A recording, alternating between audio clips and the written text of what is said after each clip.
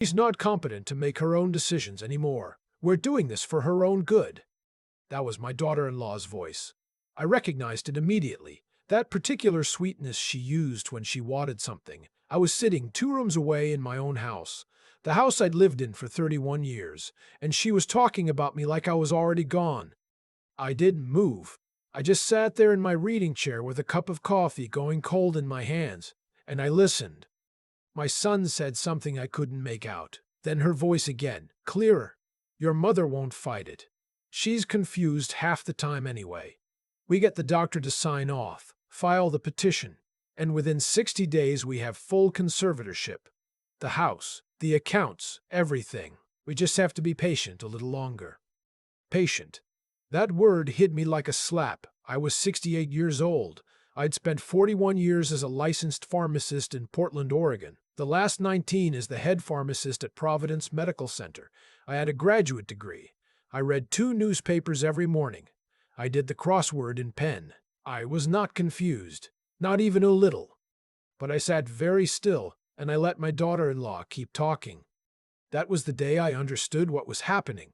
And that was the day I started making sure it would never work. Let me back up, because none of this came out of nowhere. My son, I'll call him my son because that's what he is, whatever he became, had always been close to me after his father passed. That was 11 years ago. Heart attack, sudden. The kind that doesn't give you time to say anything. My son was 33 then. He took it hard, maybe harder than he let on. He moved back into the area a year later, said he wanted to be nearby, that he worried about me alone in this big house. I was touched. I believed him. Then he met her. I won't use her name in this story because I've spent the last 2 years trying to get it out of my head. I'll call her my daughter-in-law because that's what the law made her, even if it was never what my heart called her. She was charming at first, attentive even, brought me things I hadn't asked for. A scarf she'd seen and thought I'd like, a book about Pacific Northwest gardens. She asked about my career, seemed genuinely interested. I told myself I'd been too quick to judge her. I told myself I was being the kind of mother-in-law I'd always promised not to be. The first thing I noticed was small. She started referring to my house as the family home, not my home. The family home. A subtle shift in language that I filed away without acting on. Then she started asking questions, not intrusive, just curious, about how I had things set up financially. Did I have a financial advisor? Was my estate attorney the same one I'd used for years? Had I thought about what would happen to the house if something happened to me? Normal questions, you might say. I might have said the same thing once. But I'd been a pharmacist for 4 decades. I knew what it looked like when someone was doing a medication review before a procedure. Cataloging, assessing, identifying what stood between them and what they wanted. She was doing an inventory of my life. My son went along with all of it. That was the part that took me longest to accept. He wasn't passive. He was participating. When she suggested that maybe I should add them both to my bank accounts for emergencies, he backed her up. When she floated the idea of a power of attorney, he said it made sense that I wasn't getting any younger. He was 39 years old, telling his 67-year-old mother, who still worked full-time, that she wasn't getting any younger. I asked my estate attorney about it. She was a woman I'd known for 16 years, sharp and no-nonsense, the kind of lawyer who had absolutely no patience for anything she considered foolish. I told her what my daughter-in-law had said, and she was quiet for a moment and then said, "Don't sign anything, not a single document. And if they bring up conservatorship, call me immediately." That was the word she used. Conservatorship. I hadn't heard it yet from my daughter-in-law, not directly. But my attorney knew the shape of what was being built before the walls were even up. I went home that afternoon and started doing what I'd done for 4 decades when I needed to understand something complex. I researched. I read Oregon conservatorship law. I read about what it required. 2 physicians' assessments, a court hearing, a guardian ad litem. I read about how it was obtained, and more importantly, how it was challenged. And then I called a private investigator. His name was Mr. Howell. He came with a recommendation from my attorney, which was the only recommendation I trusted. He was in his mid-50s, quiet, methodical. The kind of man who made you feel like things were being handled competently without making a production of it. I told him what I'd heard. I told him my suspicions. I gave him 2 months and a budget that made me wince. He earned every dollar. The first thing Mr. Howe found was the consultation. My daughter-in-law had met with a conservatorship attorney, not to understand the process, she'd later claim, but to explore options for her mother-in-law's care. The billing records told a different story. 4 meetings over 3 months. Specific discussions about asset protection, fiduciary control, sale of real property. They'd been building a legal framework before they'd even suggested to me that anything was wrong. The second thing he found was the doctor. This was the part that made my attorney go very still when I told her. My daughter-in-law had established a relationship with a physician I had never seen or heard of, a general practitioner in southwest Portland with a small practice and, as it turned out, some prior issues with the Oregon Medical Board. Nothing that had cost him his license, but the kind of thing that makes a careful person ask questions. She'd been to see him twice. She had no documented medical history with him. There was no reason for her to know this man at all. Mr. Howe found a payment from my daughter-in-law's personal account to an LLC registered at the same address as this physician's practice. The amount was $4,200. There was no obvious medical service that corresponded to it. When I saw that, I sat down at my kitchen table and I felt something settle inside me. Not anger, something colder. The certainty that I had been right all along and that I needed to be much more careful than I already was. The third thing was the conversation. Mr. Howe had, with my permission, installed a recording device in my living room, entirely legal in Oregon for a homeowner recording in their own residence. Over the following 6 weeks, he captured 4 conversations between my son and my daughter-in-law in my house when I was elsewhere. Most of it was mundane. Some of it was not. The most significant recording was 9 minutes long. My daughter-in-law's voice, "The petition is ready. As soon as we get the second signature, we file. Once the court appoints us as joint conservators, we have 90 days to liquidate the property if we determine it's not in her best interest to maintain it." My son, and she can't do anything about it? She can object, but objecting requires her to prove competence, and we'll have 2 physicians on record. Her own doctor hasn't seen her in 8 months. We look like the concerned family. She looks like someone who's been isolated and is confused. She's not going to be confused. She's going to be furious. A pause. Then her voice, "By the time she's furious, the house will already be sold." I listened to that recording 3 times. Then I called my attorney and told her we needed to move. What happened next took 4 months, and I want to be honest, it was the hardest 4 months of my life. Not because I was afraid of losing. I wasn't, not really. Not once I understood the full shape of what was happening. It was hard because of my son, because every time I had to make a decision in those months, I had to make it knowing that my child, the person I had raised and loved and put through college and sat with through his father's funeral, was in the next room, planning to have a judge declare me incompetent. I updated my will with my attorney. My estate, which included the house, a 401k, and various accounts totaling just over $1.2 million, was restructured. I placed the house into a revocable living trust with myself as sole trustee. I named my attorney as successor trustee. My son was removed as a beneficiary entirely. I made a donation pledge to 2 organizations I'd supported for years. A non-profit pharmacy assistance program that helped low-income seniors afford medications, and a women's legal defense fund in Portland. Together, those pledges accounted for the majority of my estate. I had my own physician, a woman I'd seen for 19 years, conduct a full cognitive assessment. She found me, and I am quoting her directly, "sharply and unambiguously competent with no indicators of cognitive decline." She documented this thoroughly and signed it. I gave a copy to my attorney and put one in my safe deposit box. I also contacted the Oregon Medical Board about the physician my daughter-in-law had visited. I gave them what Mr. Howell had found. I didn't make accusations. I simply provided information and let them determine whether it warranted a review. Then I waited for them to file. The conservatorship petition arrived on a Tuesday morning in March.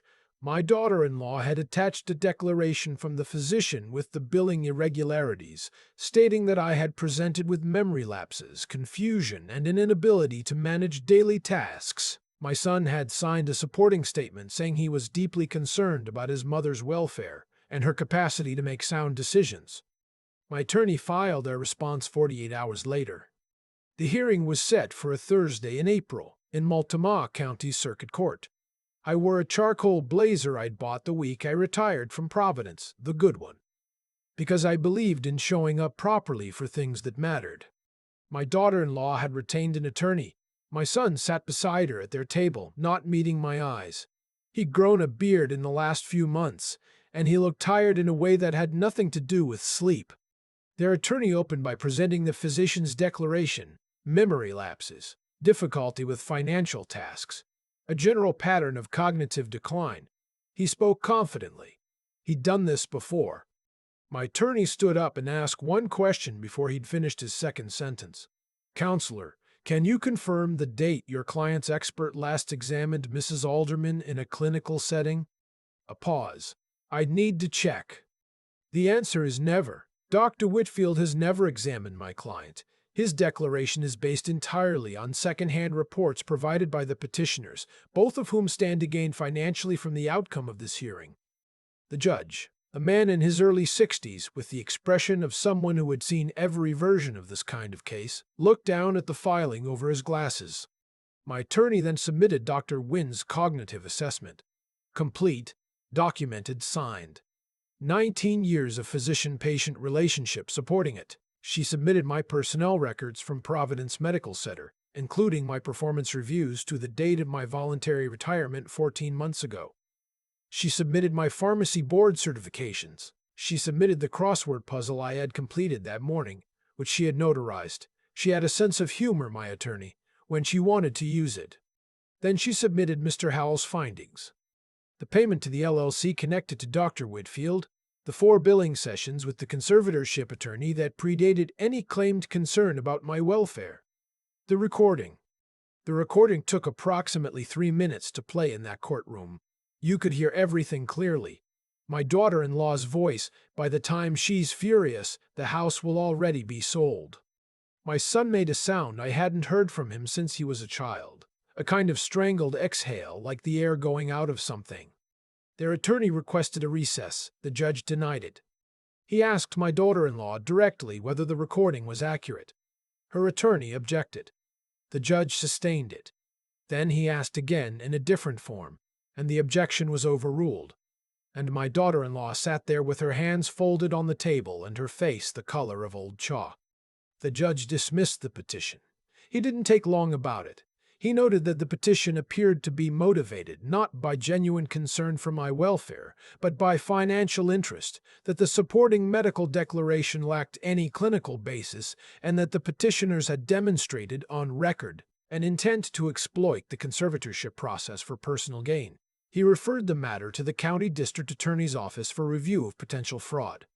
He also, before we left, looked directly at my son and said, "You should understand that what your mother demonstrated today was not confusion. She prepared for this hearing the way a professional prepares, methodically, thoroughly, and well in advance. Whatever you were told about her capacity, you were misled, or you chose to believe what was convenient." My son looked at his hands. Outside the courthouse, my attorney squeezed my arm. "That went about as well as it possibly could." "It went exactly as it should have," I said. She smiled. "That too." The DA's office opened an investigation 6 weeks later. What they found, with access my private investigator hadn't had, went further than what we'd brought to the hearing. The payment to Dr. Whitfield's LLC was part of a pattern. 2 other families had encountered similar arrangements, similar declarations, similar petitions. My daughter-in-law had used this network before, in a different county, under different circumstances. Years before she met my son, the physician lost his license. She faced charges of fraud, conspiracy, and other financial abuse. Her attorney negotiated a plea. She received 4 years in Oregon State Prison plus restitution. My son was not charged. The DA determined he had participated in the petition. but found insufficient evidence that he had known the full scope of what his wife had orchestrated. I wasn't sure I agreed with that finding. I'm still not sure. But it wasn't my decision to make. He called me 3 months after the hearing. I let the call go to voicemail. He called again the following week. I let that one go too. On the third call, I picked up. He didn't say anything at first, just the sound of him breathing on the other end of the line. "I don't know how to start," he finally said. "I don't either," I told him. "So let me start with a question. At any point in those months, any point at all, did you stop and think that maybe I was fine? That maybe the person telling you I was declining had reasons to want you to believe that?" A long silence. "I wanted to believe things were getting better for us," he said. "Financially." She said, "She made it sound like you'd want us to have." "I would have," I said.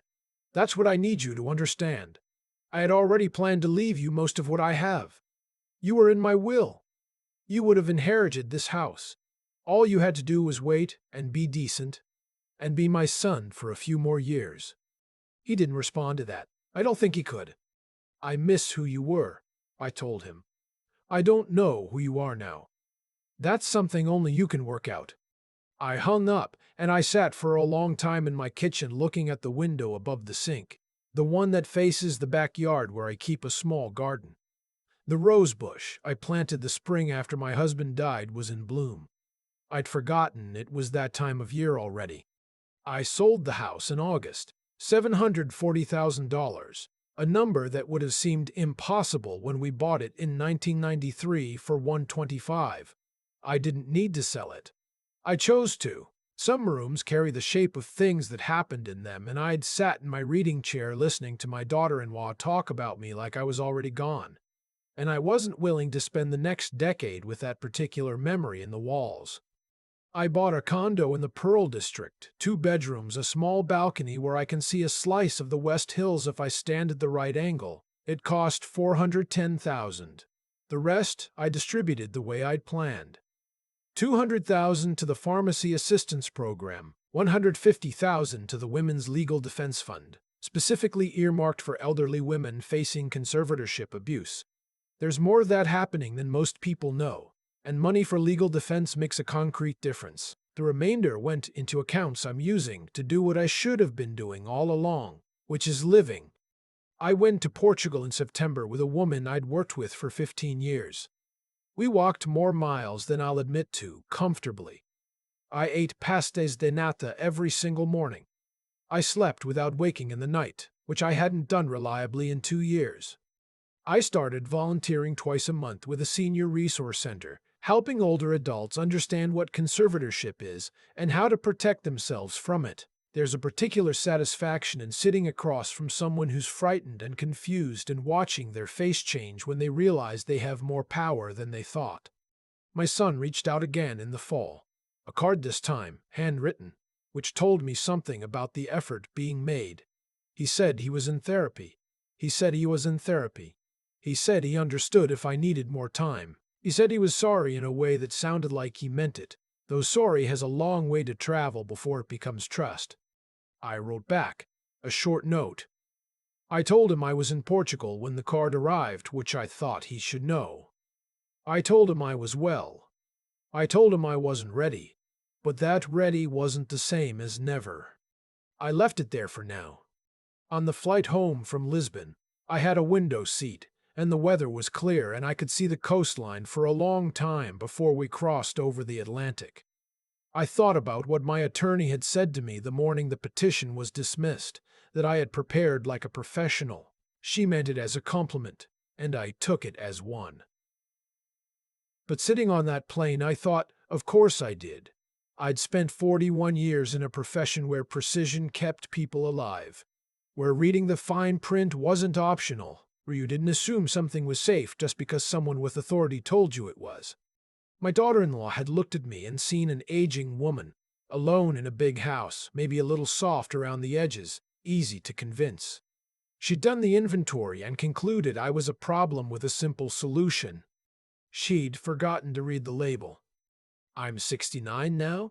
I wake up early, which I've done my whole life, and have stopped trying to fight. I make coffee. I do the crossword. On Tuesdays and Thursdays, I walk along the waterfront, which takes about 40 minutes and costs nothing. I'm reading more than I have in years. Mysteries mostly, because I like watching someone methodical and careful work through a problem to its solution.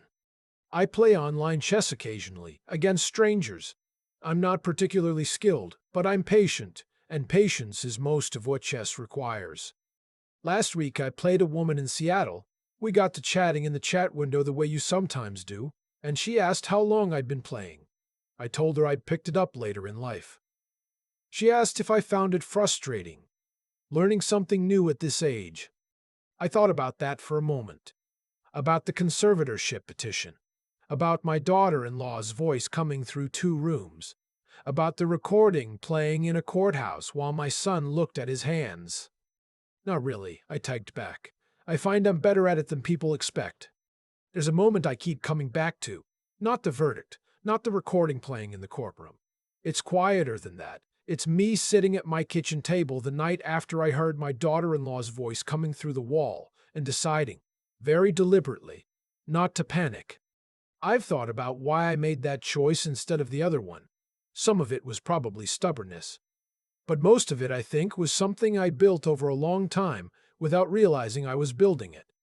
41 years of checking and double-checking. 41 years of knowing that the cost of a mistake wasn't abstract. It was someone's health, someone's life. That kind of work doesn't just stay at work. It becomes the way you move through the world. What my daughter-in-law miscalculated was not the law. She'd done her research on the law. What she missed was the person standing between her and what she wanted. She looked at me and saw a woman in her late 60s, alone, recently retired, probably soft around the edges. She saw a problem with a clean solution. She forgot to ask what I had spent my career becoming. I don't say this to sound proud of myself. I say it because I think there's something real in it that took me a long time to understand. The things that protected me weren't luck or money or connections, though having a good attorney helped enormously. What protected me was that I had spent decades developing the habit of not taking things on faith when the stakes were high, the habit of reading carefully, of asking the next question even when the first answer seems sufficient. That's not a personality trait you're born with. It's something you practice until it becomes instinct. My son had the same opportunities I did, better ones in some ways. What he lacked, what I watched him lack over those months in real time, was the willingness to stop and ask himself whether what he was being told was actually true, whether the story his wife was telling him about me matched the mother he had known for 39 years.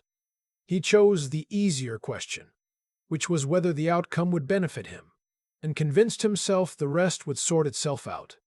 That choice had consequences, not because the universe punishes dishonesty in some cosmic ledger. I don't believe in ledgers, but because the world is full of other people who are paying attention, and actions leave records, and you cannot build something lasting on a foundation of what you hope other people won't notice.